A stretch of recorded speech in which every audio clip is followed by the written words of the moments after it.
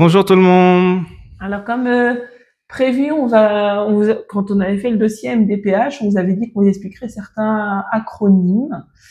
J'ai fait une petite liste. Et on va vous montrer, du coup, certains acronymes et vous les expliquer. Alors, là, par exemple, vous avez l'AEEH que vous pouvez demander, qui est l'allocation d'éducation pour l'enfant handicapé. Donc, il faut que votre enfant ait moins de 20 ans et qu'il ait un handicap reconnu d'au moins du minimum 50%, ou de 0 à 50% en tout cas. Pas confondre avec la PCH, qui est la prestation de compensation de handicap. Alors celle-là, alors vous pouvez avoir les deux, mais en général vous avez soit l'une soit l'autre. La MDPH va vous donner la plus intéressante pour vous. Il y en a une qui est versée par la CAF, qui est l'AEH. Oui, et l'autre c'est versé par la MDPH. Et l'autre est versée directement par le département ou la MDPH. Oui. Parce qu'elle est là en fait pour venir compenser peut-être du travail que vous allez faire en moins. Parce que des fois, il y a besoin selon le handicap de votre enfant, de travailler un peu moins. Donc, du coup, ça va être là pour ça. Et vous avez, je crois, par contre, il y a un certain nombre d'heures ou de temps à pas dépasser. Et après, vous pouvez rebasculer sur la EH. Tu veux en dire un? Parce que sinon, tu vas pas beaucoup parler. T'avais la RQTH, si tu veux. La RQTH, c'est la reconnaissance de la qualité de travailleur handicapé. Je crois, c'est pour avoir au niveau de l'employeur, c'est pour être reconnu en tant que. C'est pour être reconnu en tant que travailleur handicapé. Et peut-être avoir des aménagements ou des choses comme ça. Qu'est-ce que ça peut emmener? Ça peut emmener des aménagements du poste. Des aménagements de poste, que ce soit pour physique, comme un fauteuil pour le dos, des trucs pour les jambes, une souris, un clavier spécifique. Ça peut être aussi marqué que vous n'avez pas le droit à être trop longtemps debout, trop longtemps assis, trop en station, vous devez alterner entre les deux. Donc on parle vraiment d'aménagement du travail, mais aussi d'aménagement des horaires de travail. Par exemple, on peut vous préconiser un mi-temps thérapeutique ou un pas plus de 25 heures, pas plus de 18 heures. Voilà. Après, pour venir souvent compléter le salaire, si vous touchez pas du coup le maximum, vous avez ce qu'on appelle la H différentielle.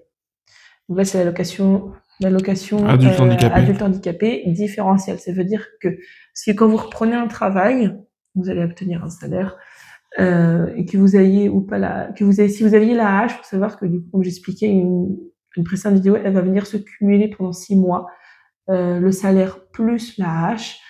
Et au bout de 6 mois, l'AH va devenir AH différentiel et va s'adapter pour que vous touchiez environ 1400, 1500 euros. Salaire et AH. Non, j'ai perdu mon mot. Salaire AH, les deux, non, c'est ça? Oui, le salaire AH, oui, c'est ça, comptabilisé. Comptabilisé, confondu, ouais. C'est ça. Ok. Et les IME aussi, mais ça, je sais pas trop ce que c'est. Donc. Alors, les IME, c'est des établissements médico-sociaux, enfin des lieux où on peut mettre les enfants qui ont des handicaps à la journée. Enfin, c'est pas mal suivi. Ou des fois, c'est même l'IME, c'est eux qui vont, entre guillemets, les problèmes vont se déplacer dans les lieux de vie de l'enfant pour avoir un suivi complet, que ce soit éducateur, psychologue, ergothérapeute, tous les professionnels qui peuvent avoir besoin. Ça peuvent se déplacer entre guillemets et vraiment s'adapter à la vie de l'enfant, ce qui est génial. Maintenant, en général, il y a énormément de demandes et très peu d'appelés. Le mien, par exemple, mon aîné, ça fait 3 ans. Attends, si ce n'est pas plus. Mais je crois que c'est plus. Parce qu'il est en 5e, mais je crois qu'on a fait la demande en CM1. Ah oui. Donc, je vous dis, il l'aura quand il sera majeur. Vraiment, ça servira plus à rien, mais c'est pas grave. Il y a aussi les CMI, les cartes mobilité inclusion. Vous en avez 2. Vous avez la classique qui va vous permettre de ne pas faire l'attente, d'avoir vraiment la carte prioritaire pour les caisses, pour certains lieux d'attraction ou de zoo ou de loisirs. Ça évite de faire c'est vraiment la carte handicapée qui est très connue. Et vous avez celle qui est stationnement aussi, c'est-à-dire pour vous garer sur les places handicapées au besoin. Il me semble que c'était déjà pas mal.